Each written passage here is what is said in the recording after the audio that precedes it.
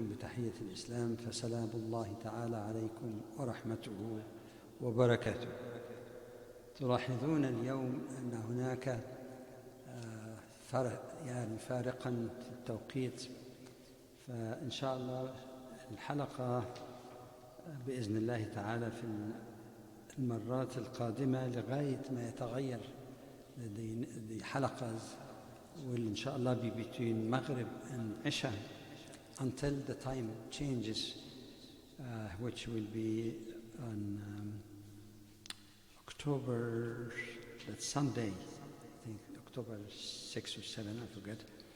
But today actually we should have started at 7:10. October 12th, inshallah, will be at 7 o'clock, that's 10 minutes less. And October 19 will be 6:50. October 26th, inshallah, will be 6:40. And the last one, before the time change, that is on November 2nd, inshallah, will begin at 6:30. In other words, every week it goes down 10 minutes. So that time would fall between finishing Salatul Maghrib, at least here in Halifax, because we're taping in the masjid, so we have to coordinate that. But once the time is changed, that is the Sunday of the first week of November, the clock will be set back 1 hour, which means that we can no longer do the halaqah between Maghrib and Isha, because, for example, November 9, after the time change, Maghrib will be at 4:54. So that means a lot of people would be at work. But Isha, however, once the time change, begins at 6:17. That's the adhan. It is from that time on until December, inshallah, that the time of halaqah will be at 7:30. The assumption here is that in the case of Maghrib, 20 minutes would be a good time to allow 10 minutes between adhan and iqama, and also for making Maghrib prayer. But Isha, however, 6:10 still would be too early for too many people, but that's the time of adhan.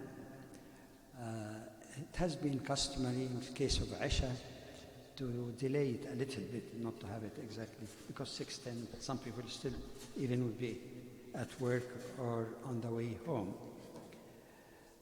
So in consultation with Sheikh Abdullah, our Imam, he accepted my suggestion to have that at 7:30, meaning the halaqah would begin at 7:30. So if 7 o'clock is set, for example, for Isha, so we can comfortably begin at 7:30, also for a period of 50 to 60 minutes, inshallah. A second observation, my apology that I missed the blessings of presenting the halaqah last Friday between husband and wife in some degree of detail.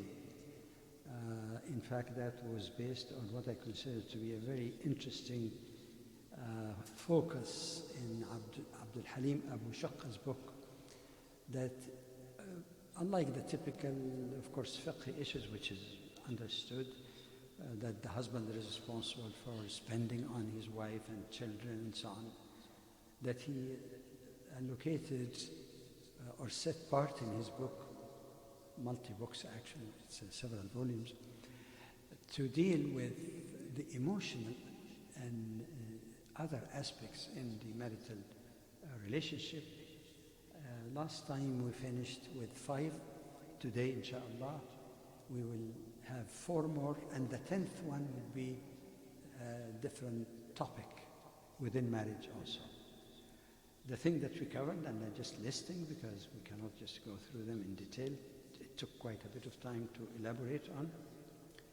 And before I mention them, I emphasize again the word mutuality, that this is a right of husband and right of wife. One is to be treated gently, so gentleness is one.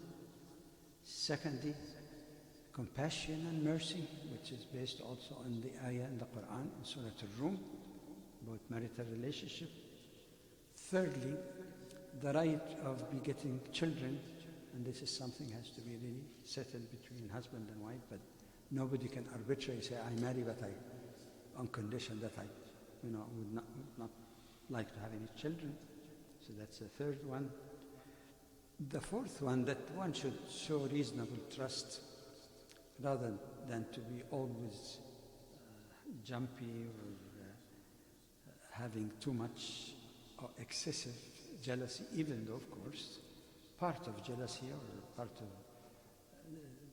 of protecting one's wife, and the same also protecting one's husband is something that is acceptable, so, but not to be always suspicious if there is no reason really to be suspicious. And the fifth one that we finished also last time was the right to share with one's spouse, that they should be considerate to one another.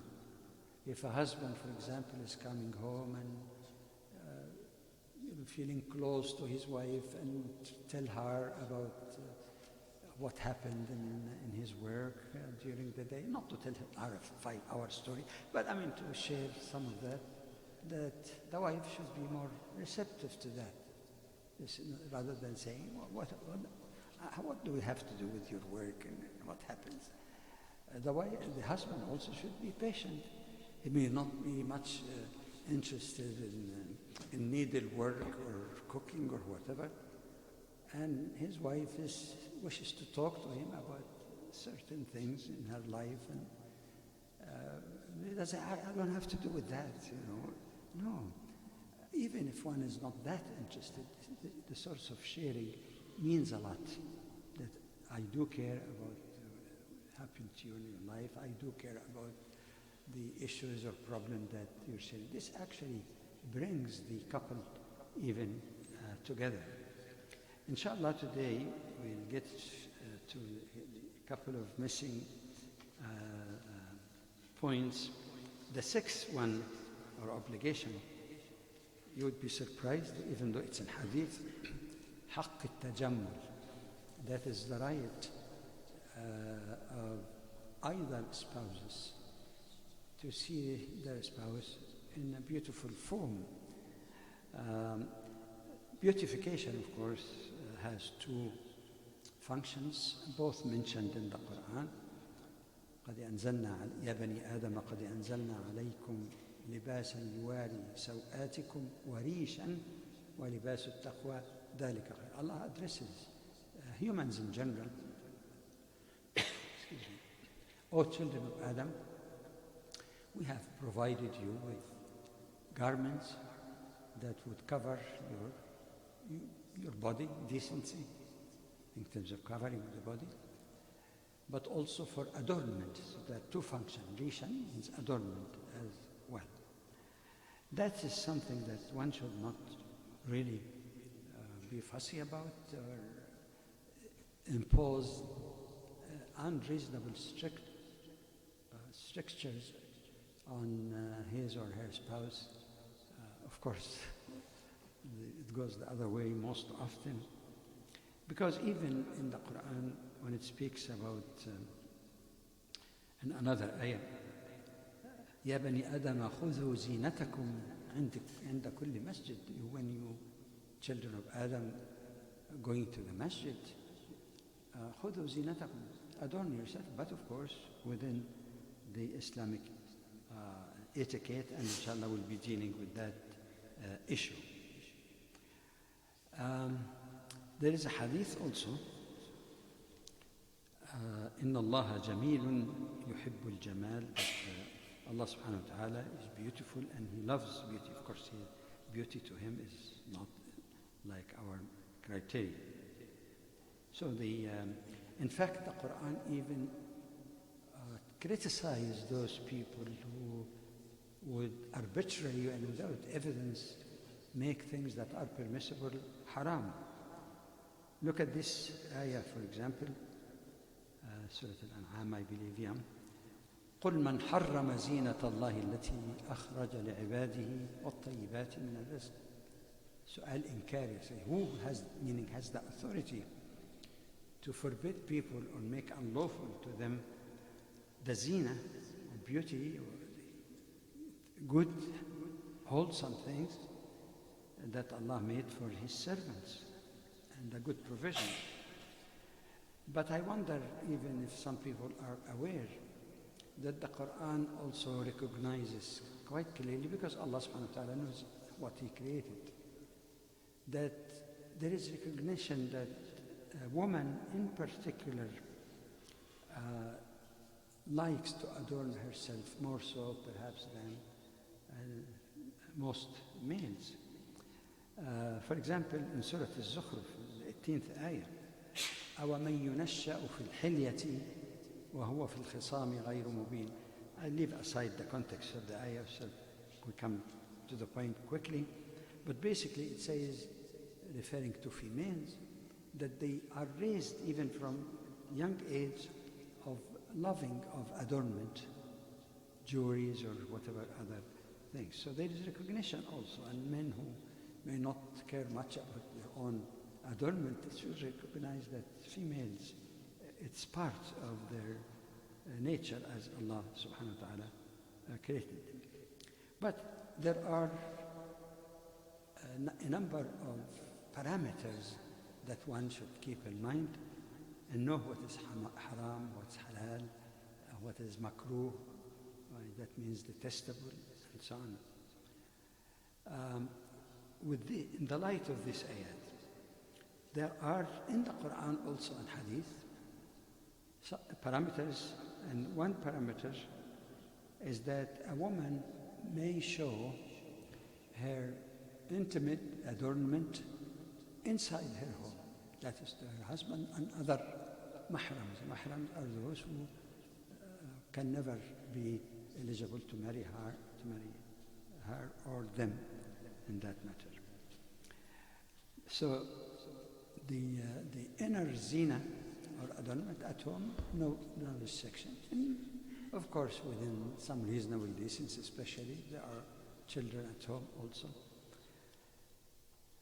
But it is permissible to show the outside zina, and I'll get to the ayah, inshallah, even outside her home. ولا يبدين زينتهن إلا ما ظهر منها. That's in Surah An-Nur.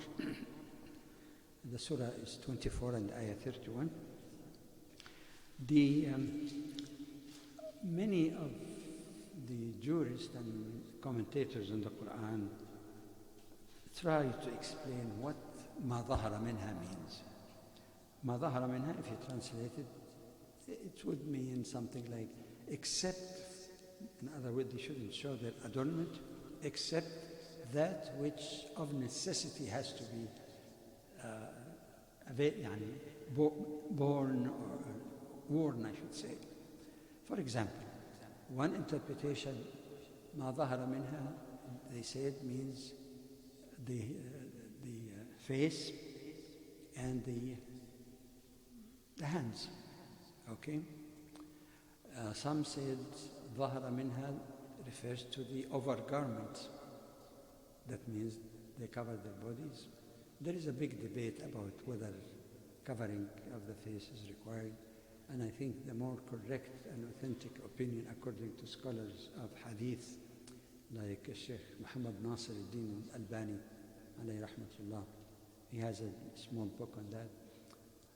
He discussed that in detail and showed that the totality of hadith of the Prophet sallallahu alaihi wasallam exempt the face. In fact, in pilgrimage even, a woman shouldn't cover her face. In any case, so that's the more, I should say, authenticated opinion, is that the covering of the face is not required. So this is how the opinions varied, but still the basic control, even if you take the more taysiri thing, the thing that makes things permissible without violating the rules, but make people's life also acceptable and not very much strained. Okay.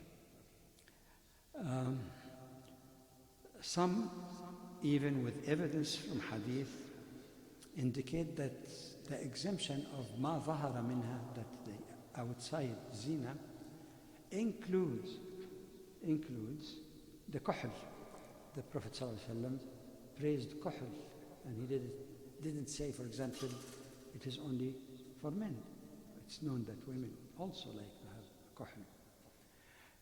The henna, I think most people from Muslim countries are aware of that. It might be more widespread in some countries than the other. Henna, it's almost like a dye that in the hands that might stay for quite some time.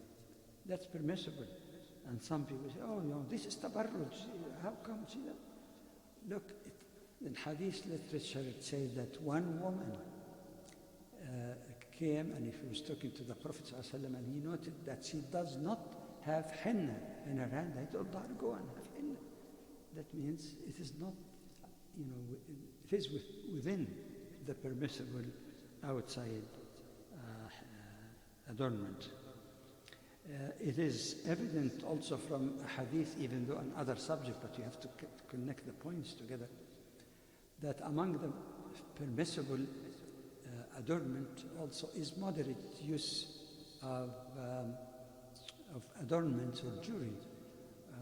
There are sound hadith where the Prophet ﷺ on Eid Day used to go to encourage women to make charity, sadaqah, he and with Bilal. And he said they would donate sometimes their earrings or their, swara, bracelet, for example. So that shows that they want it. And so it's not, but of course, in moderation, without excess or without show-off of wealth or anything of that nature, that also can be acceptable. But then we come to an issue is very controversial unless we seek more in-depth information on it. In fact, that issue was part of a discussion of a recent the Fiqh Council of North America. Some might point to certain ahadith and really strict ahadith about women using heavy perfume and go out. Even the Prophet ﷺ spoke against that, even if she's coming to the masjid. But then something was noted in the research made by Sheikh Abdul Muta'al al-Jabri. And I was aware of that hadith, but he gave a nice explanation for it. He said that the Prophet ﷺ said that the men's perfume has an aroma or smell, fragrance, but no color. And women's perfume has a color but no smell. If you take it in a literal form, you say, what can be? Color doesn't have a smell, and what to do with other ahadith? I think the resolution of that apparent dilemma is quite clear. That indeed, among the Arab women, there were some subtle smell. There's nothing that doesn't have smell, because there's a hadith also about women having their perfume, and when they sweat and hajj and so on, it says there will be some color on their faces. So that's the color part of it. But it doesn't mean that it doesn't have a smell at all, but subtle smell that you cannot detect unless you come very close to the person. So that moderate one that's not really detectable, that has been already sanctioned. And for men, of course,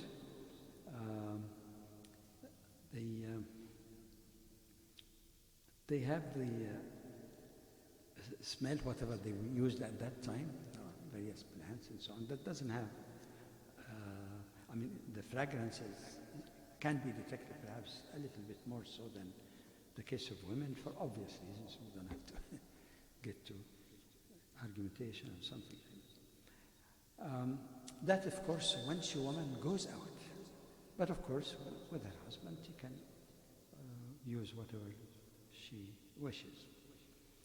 There are also a number of other issues about beautification. One that has been forbidden is tattoo. I know tattoo became a culture, and sometimes, certain times and places and so on, becoming very popular. And you know, of course, these tattoos are almost extremely difficult to remove because they use dyes and things like that. And I wonder, why should Muslims be imitators, even if they don't know that it is haram? Because that's actually tattoo, al-washm in Arabic. Except to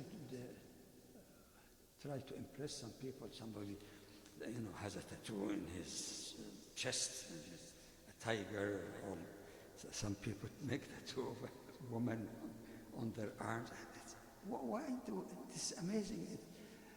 I know that some Muslim youth, in particular, in some places, either use that, but this is, alhamdulillah, very rare, or trying to argue why is it haram. So it has been mentioned already. Another thing that may not necessarily be happening today, but it's mentioned in hadith, the women who use some filing between their teeth. I'm sure dentists might say that this is too bad now, harmful, right, because of the coating of the teeth, right? But somehow, some of those women thought that by filing between their teeth, there are gaps, that this is more beautiful. So alhamdulillah, that we don't have to worry about that, and dentists don't forbid it. There is another issue that again you find shades of strictness and interpretation. But the hadith mentioned it, yes. An-nams. An-nams essentially means to shave or pluck the hair of the eyebrows. But some people take it very, very literally, that if even the wife happen or the woman have some unnatural growth or heavy, hair in her eyebrows, that it shouldn't be touched at all. Why do we say that this is not necessarily the only one? A woman came to Aisha radiallahu anha, and Aisha was a very, very bright student of the Prophet sallallahu alaihi wasallam. So when he says something, she wouldn't say something that the Prophet forbade and say, "Oh no, yeah, you can do it." A woman came to her, of course.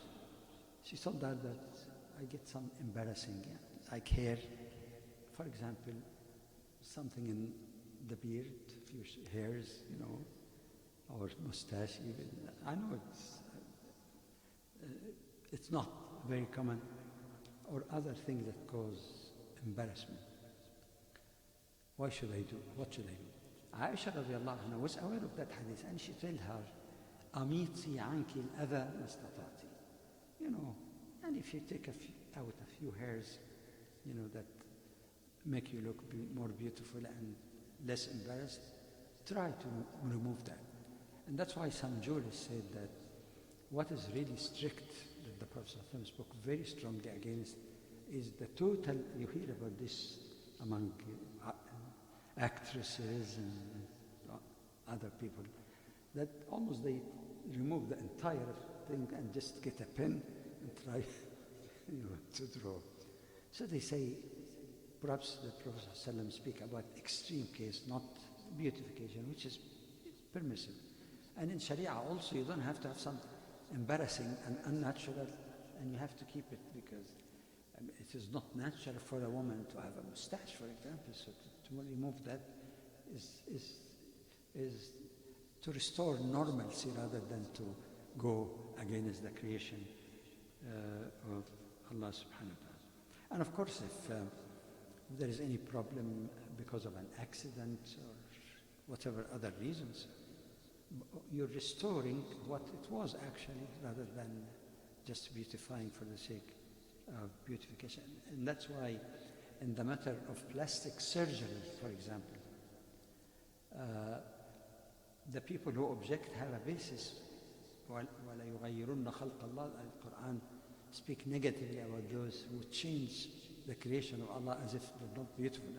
Or some people want to change whatever.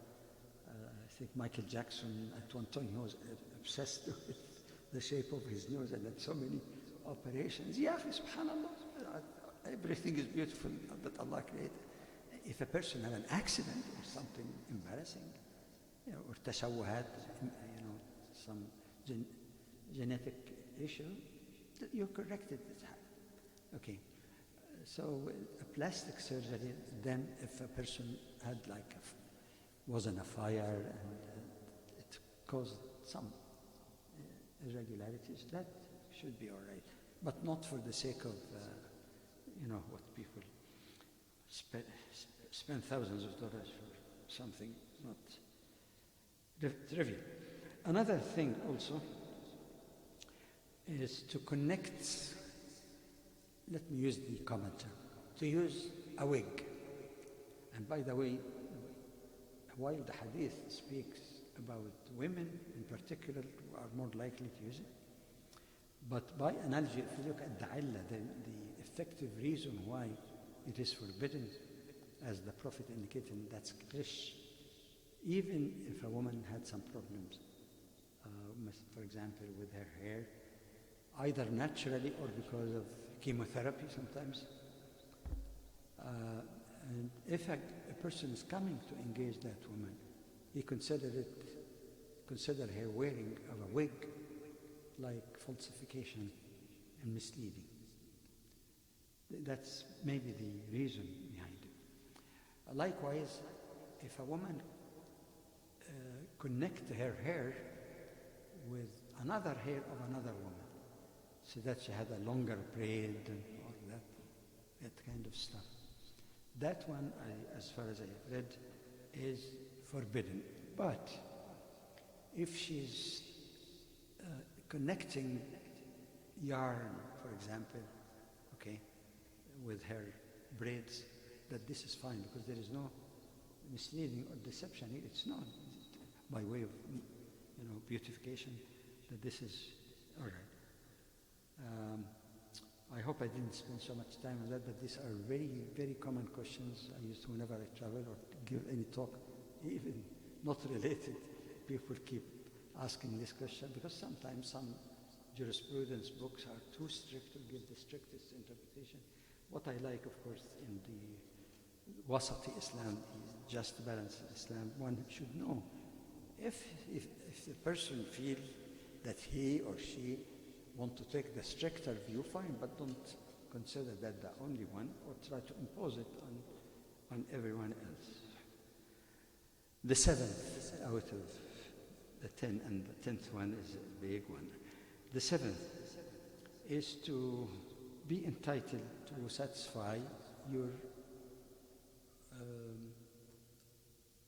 human needs, if you know what I mean, in terms of even the physical needs, not only, of course, in terms of, within the restriction, of course, that is found in Sharia, that, for example, during certain period in the woman's cycle, there is intimate relationship is not allowed, nor after the postpartum, meaning the nifas, after giving birth, the bleeding, until the bleeding stops. There are more details.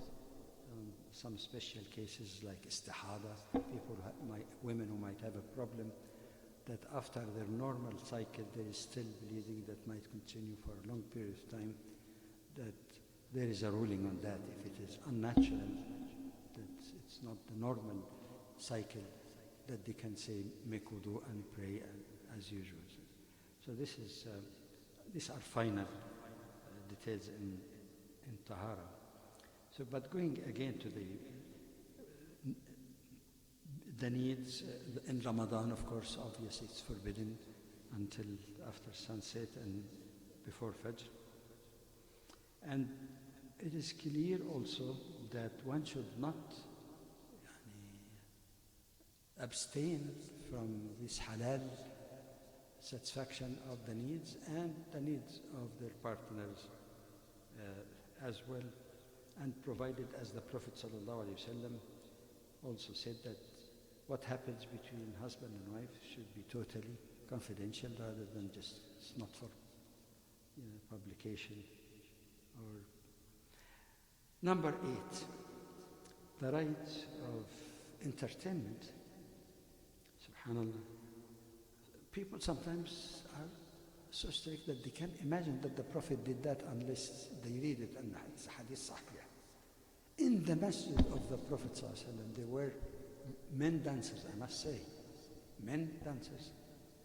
They say as Sudan, apparently not Sudan as a country today, I mean black people, whether they're from Ethiopia or any place in Africa. And they were playing in the masjid of the Prophet. He let them play. They use certain things, and they have like arrows. And he let them, not only let them, but he says, "Dunakum, ya bani arfada." Yani, almost like encouraging them. They say, "Oh, go on, encouraging." But I'm coming to the question that some people might be shocked at. The Prophet ﷺ, while they were dancing that dance, entertaining people, he asked Aisha radiallahu anha, "Do you wish to look, wish to watch?" She said, "Yes." It says that she came from his back and leaned her cheek on the Prophet's cheek. حد قال لك ايه الاسلام ده ولا غراميات؟ Is that what is this? Put her cheek on the cheek of the Prophet sallallahu. And that was in public because this was narrated by someone else, Well, even though Aisha sometimes she mentioned that, but it was in public in the masjid of the Prophet.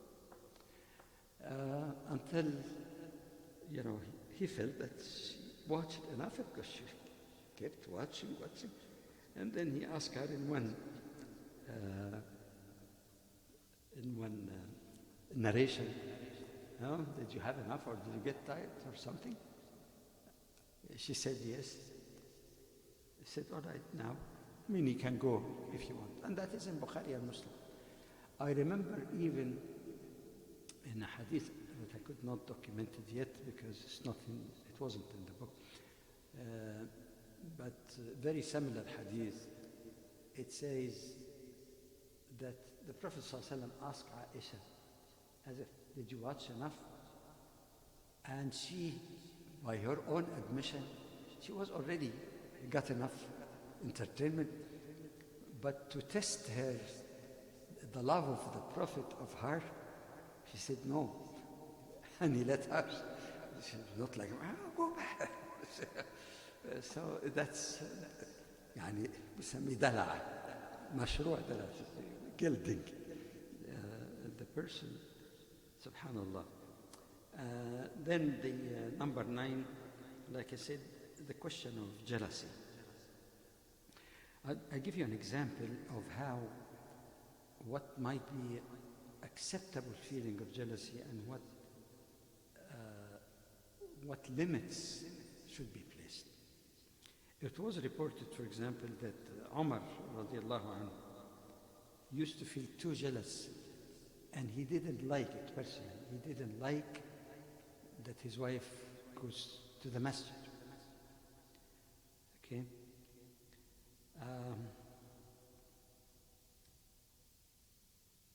And then Abdullah ibn Umar, who was very strict apparently, was arguing about that with his father. So he was told that about the hadith of the Prophet sallallahu alaihi wasallam, لا تمنعوا إماء الله مساجد الله. إماء Allah, servants, female servants of Allah, like Abdullah, the third female. Don't forbid the female servants of Allah. And in the word, definitely women.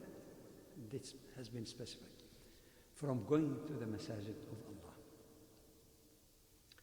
And Abdullah ibn Umar said, no. Wallahi la namna'ah. I prevent, meaning my wife, for going. It is said actually that one time when Umar radiallahu anhu heard that, he did not talk to him for many years. Because he said, the Prophet said this, and you say this. Another way, the Prophet said, let them go to the masjid. And you say, no, I'm not going to let. لا أكلمك. I'm not going to talk to you. But Umar radiallahu anhu, like I say, he didn't like it himself. And one time even he talks to his wife and hints that. She tells him, are you preventing me? He said, no. In other words, I have some jealousy. But the Prophet said that. كان وقافا عند الحق. They say, Umar, subhanallah, he did like something, but the Prophet said this. No argument. I have to bear with that. Okay. Now number 10 is a new subtopic. You can consider it the 10th also, mutual right between husband and wife, that in case marriage is rocky and there is any plan or tendency to dissolve marriage, that it should be done also in a nice way. Of course, when family issues become very nasty and things go beyond what is acceptable, sometimes it gets too ugly even in this. Name calling and all of that. This is not permissible, whether at the time of divorce or before that. It's the decency that Muslims should observe with one another, let alone with the partners in life. So we can sum it up only in one thing, but then we come to detail that. It may take the rest of this session and maybe some more, the solution of marriage. So if there is any problem, it could be done kindly. عاشروهن بالمعروف. You have to live with your spouse in ma'ruf. And again, when you speak about divorce, أو سرحوهن بمعروف, or even if you're divorcing, it should be done in a decent, non-violent way. So that brings us to a topic that I do not prefer to speak about. And I hope that nobody will resort to that, but we have to know about our deen. And alhamdulillah, I'm very happy that there are so many marriages here that are reasonable. There's nothing really that's ideal 100%, but there are alhamdulillah stable marriages and within the community. But there are cases also where people call or meet with me and ask certain fiqh question about divorce and the rights of divorcee, custody and all these issues. So that we need to know also as ahkam, because Islam deal with all situations, positive and negative. Now, generally speaking, we can use the term furqa. Furqa means al-fasl. But in the Sharia meaning, of course, is the dissolution of marriage. Now there are a number of forms of marriage dissolutions. The first one is talaq. What's the term that we find in the Quran? Okay? Talaq on the part of the husband. Okay? We'll talk about other forms and what are the rights of women also if they're not happy. Generally speaking, before we go further, it is actually permissible. There may be cases where, or maybe I put it to you in a broader framework. You know, every action in Islam has a hukm or ruling. On one hand, there are things that are totally forbidden, haram, fi tashaddud, like drinking wine or all of that.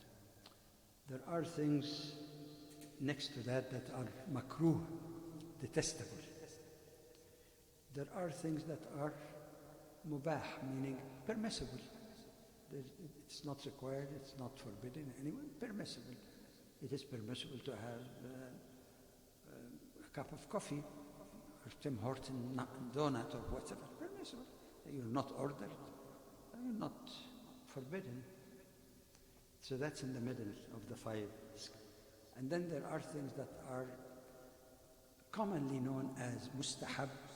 Some ulama use the term mandub, nadb.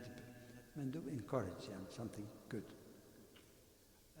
And of course there is the fard, like salah, the 5 daily prayers, for example. So some of the ulama actually say, subhanAllah, that this very genius subdivision, and by the way, there could be things also in between, but the 5 basic points are very reasonable classification. For example, the makruh. Makruh could be 2 degrees also.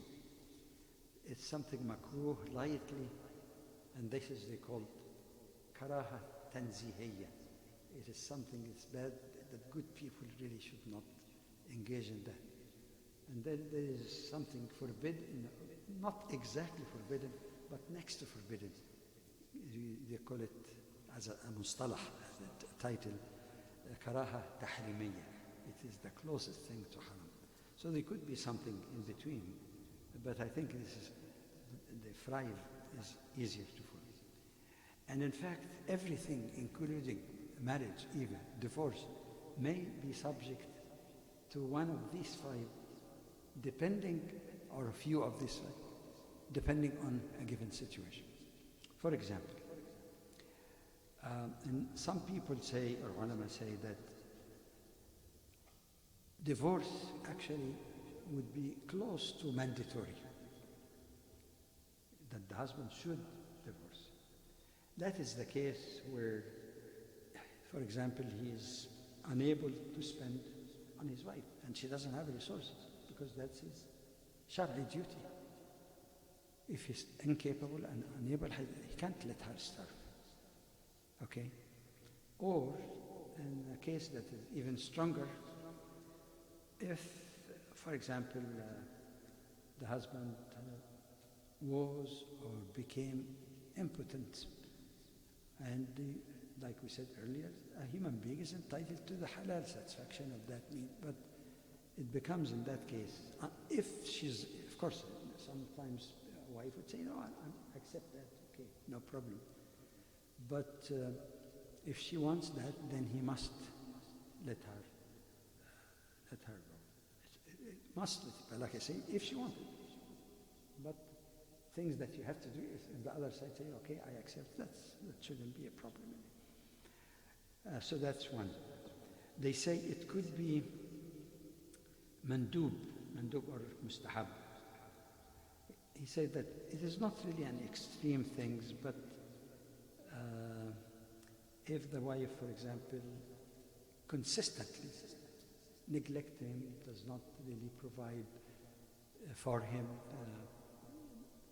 what every wife really should help her husband with, without any shar'i reason. You didn't cook, but she might have been sick that day, and some ulama even say, some people might find that strange. Some say that a woman technically is not obligated to serve her husband, but that is mustahab or something of good character. But I appreciate that opinion, because nowadays sometimes the husband and wife both work full-time even. So to say, no, it is your shari'i obligation to do everything and she's coming as tired as he is, maybe they should be encouraged to help one another, as we indicated before. And the Prophet ﷺ, without even having that reason, كان يكون في مهنة أهله, as we mentioned, quoted a hadith before, would be serving his family, the need of his family, until Salah time comes, he goes to the masjid. So this is a case of desirable but not required. And then of course it says mubah, that means permissible, that there might be some imperfection or harshness in one side or the other, but it's not that serious, so you can go on. But it is also regarded as makruh or detestable if there is no reason for that. And finally, if it becomes haram, even haram, if there is no reason. And there's a hadith also that relates to that, especially لعن الله الذواقين والذواق, the curse of Allah would be on men or women who just marry and divorce, as if you're testing something from the smorgasbord, you know. That's marriage is more sacred than this kind. So without any reason to divorce or even to ask for divorce, that why did you get? In addition, of course, there are certain times when matrimonial relations will be haram, as we indicated, but that is temporary. Why the divorce can be makruh? There is more than one hadith on that vein. أبغض الحلال إلى الله تعالى الطلاق. It's a ضعيف hadith, but there are also other hadith that give the same kind of evaluation. And one of the narrators of hadith considered it sahih, al-Hakim. So sometimes in evaluating the degree of authenticity of hadith, there may be difference. In another hadith, actually, the Prophet ﷺ says, ما أحل الله شيئا أبغض إليه من الطلاق. This hadith is narrated in Abu Dawood and Bayhaqi, which means Allah did not allow anything most hated by Him than divorce. So that's basically the ruling. We're not finished yet, but I think as Aisha time, we'll always try to keep Adhan Aisha as the cut-off point, and we'll resume that inshallah next Friday. Again, next Friday, inshallah, it would be at 7 o'clock, October 12th. Next Friday, it is 7 o'clock. Yeah, 7 o'clock is the beginning of the halaqah. Okay, جزاكم الله خيرا. سبحانك اللهم وبحمدك نشهد أن لا إله إلا أنت نستغفرك ونتوب